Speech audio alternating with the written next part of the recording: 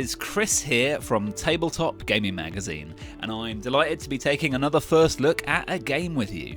As ever, just a quick reminder, this is not a review, this is a first look. I mean, it's a particularly unusual first look because it's a first look where I don't even have the actual game to look at. Polysemous hasn't been produced yet. It will be coming to Kickstarter at some point early this year. Until then, I have the cover here for you. Hopefully that worked virtually. And I'm going to take you now into Tabletop Simulator, where we can have a look at the game. See you afterwards. So, Polysemous is the first game from TurtleWasp Studios and is currently in its beta stage. They hope to have a successful Kickstarter in 2023, and this is our first look at it. So as you can see, we are not playing with a real physical game. As I said in the intro, this is a tabletop simulator version, and so we can zoom in on various components like this and see the board in all its glory.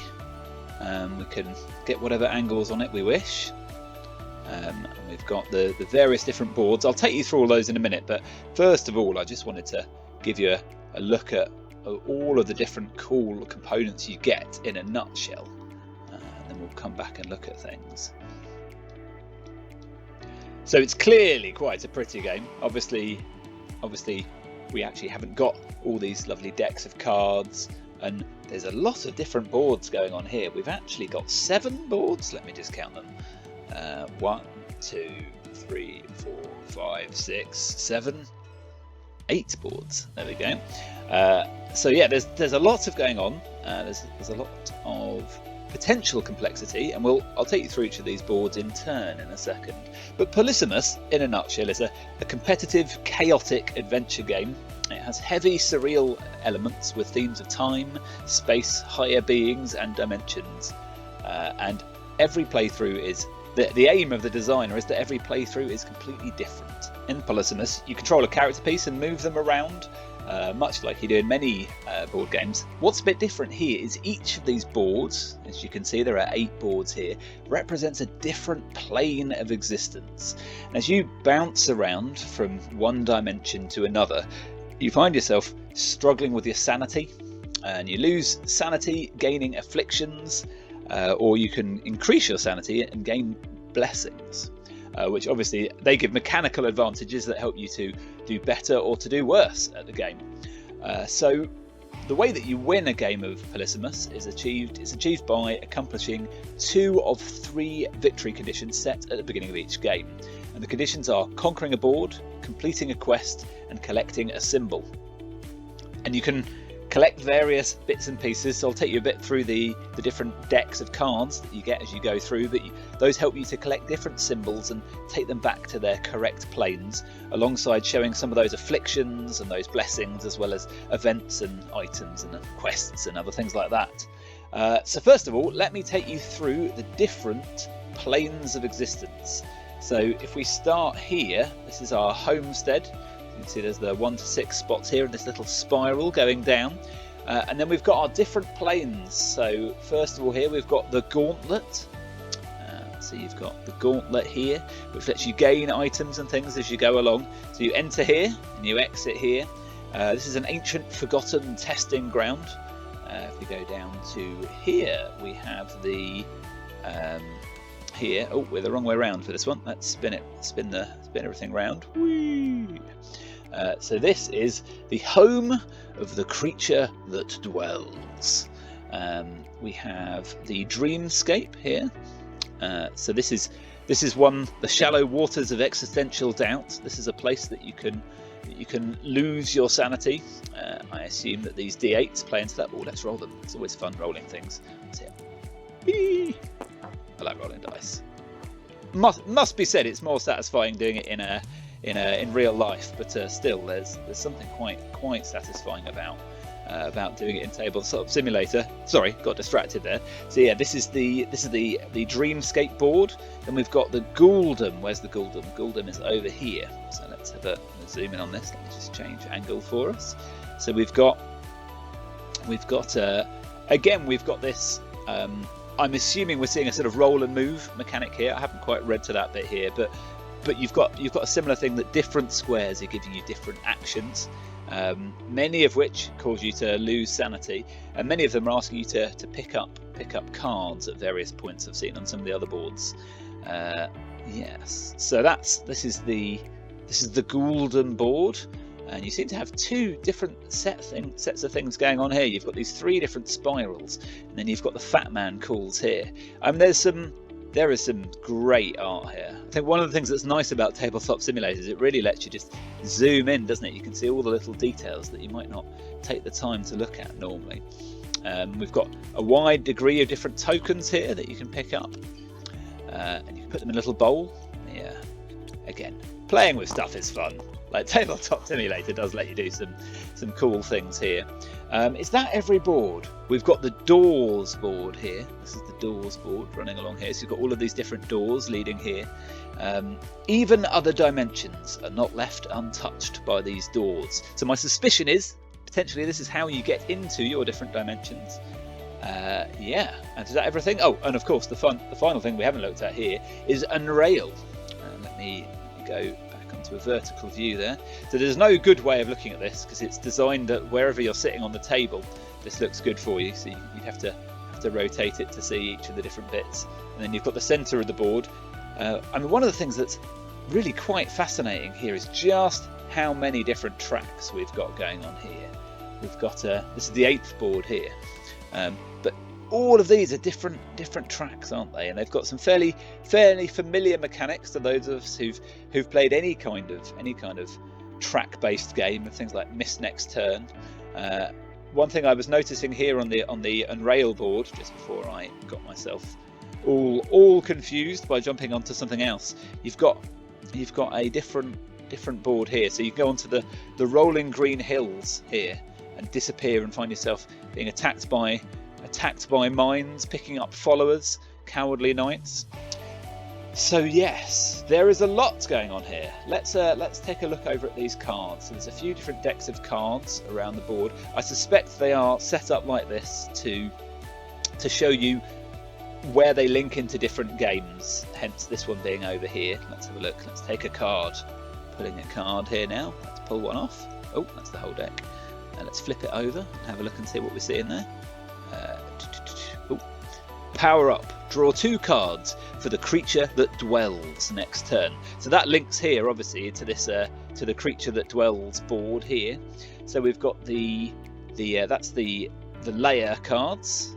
Here we've got the Dreamscape event cards, so they're going to fit into your Dreamscape here. Let's have a look at Dreamscape event card. Flip that over. Oh, let's zoom in. So Northwest, no, NWMS. I am not sure what they stand for. I wonder if they're the different colours here that you've got of the dimensions. The 4 corners are Serenity, top left, Wonder, top right, Message, bottom left, and Nightmare, bottom right. But yes, you've got chased by scorpions, fallen down a pit, landed on glass, drowned in blood, lose 4 sanity. There's a typo there, fallen, you can see there's a D in there. That's just another reminder that this, of course, isn't a production copy. There will be changes and these things will have been gone through and sorted. So you're not seeing final artwork, final layout, final game design here. This is giving you a hint of what's to come. Mind-bending physics, lose a sanity, unscathed until you untie the knot and find. And you draw an item or you discard an affliction of your choice. So that fits into some of these other mechanics that we've talked about, of picking up items and pick up afflictions. What have we got next? We've got the Unrail event, so this fits with this board here. You can see we've got Unrail written here on the pillar. That looks so good actually when I first zoomed in that I rotated the board. I just wanted to see if it changed or if it was actually 3D, but it is not. So we've got an Unrail event here. Let's turn that over. Prince Parades. Every player on Unravel gains D6 gold. Excellent. And we've got these tokens here which fit in. I saw the red wool and the Talia area here, and so you've got tokens that link to those. We now have these are the lore cards. Let's pull one of those there. Article 6.2. Players take an extra turn. So are these all going to? They're all going to fit into sort of a book of the law that fits into this game. Players must not leave unless they complete a quest, conquer a board, kill another player, or perish. If this law is broken, the player draws 2 judgments, and judgments are here on the next deck, appropriately set up next to us. Slap on the wrist, lose 1 gold. What else have we got? On one condition, draw another quest, attach this card to it. You have to complete this quest before you win the game.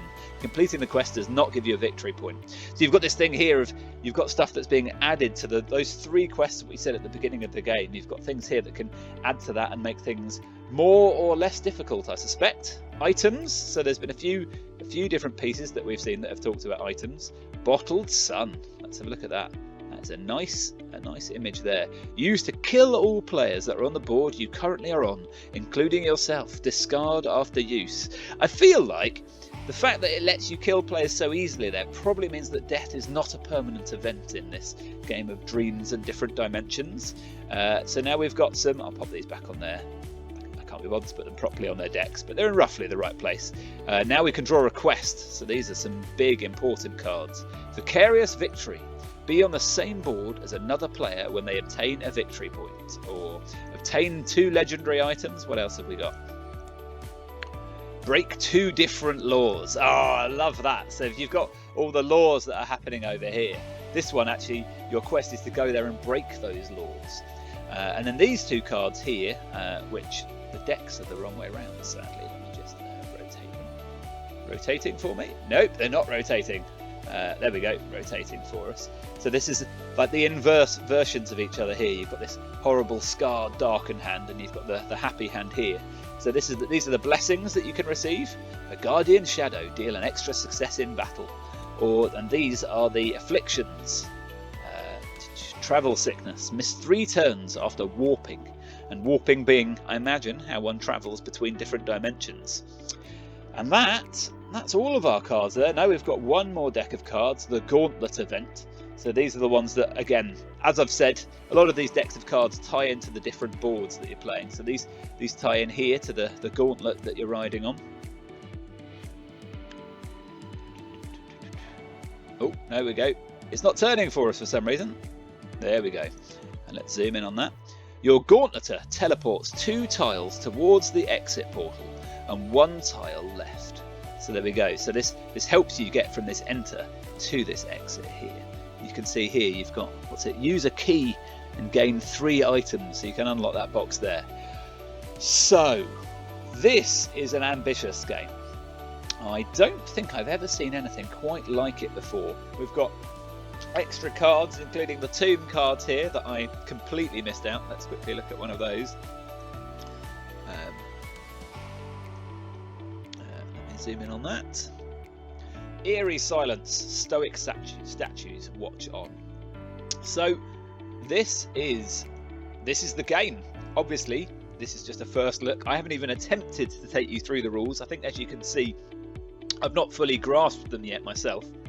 But this is Polysemous, and I've finished taking you through a quick first look at the game. I haven't given you everything that you can possibly see from this game. I think it's pretty clear that you'd need to get it onto the table yourself, throw a few dice, and get a taste of it yourself through that. And I imagine there will be more materials coming to give you an idea of how gameplay works. There is also, because as you can see, there's a lot going on here, there's also a beginner set. Let me load that up for you. And here we have the beginner set. So it's not a different game, it's something that you can play with the same base game, but it's aimed to be a little bit easier to onboard people. And you can see straight away, instead of those 8, we've only got 5 boards, which gives you 4 different dimensions you can jump into. And this is less overwhelming. I believe the plan is that this rule set will come in the physical version of the game, and so you're able to play this beginner version both as a kind of a step-by-step to learn how to play the game, but also something that just maybe if you don't have the time to play the full game, you're still getting a full part of the experience, and a still game that plays in and of itself. but something that maybe takes up a little bit less table space and a little bit less time. I'm not going to go through every piece on here because you've already seen them all, but it's just to show you that if the first images made you a little bit daunted about what was going on here, that's been thought of and taken care of. So there you go. That was Polysemous. Thank you for taking the time to watch this video with me. If you'd like to know more about Polysemous, I would check out TurtleWasp Studios on Facebook at facebook.com/TurtleWasp Studios. And you can check out the pre-launch for the Kickstarter in the bio of this video down the bottom. And I've put the link here as well. It's kickstarter.com/projects/Polysemous/Polysemous, the epic adventure board game. Thanks very much for watching. I've been Chris Lowry. You can find me on Twitter as @CMLowryAuthor. Thanks for checking us out. Check out Tabletop Gaming Magazine, and we will see you soon. Bye.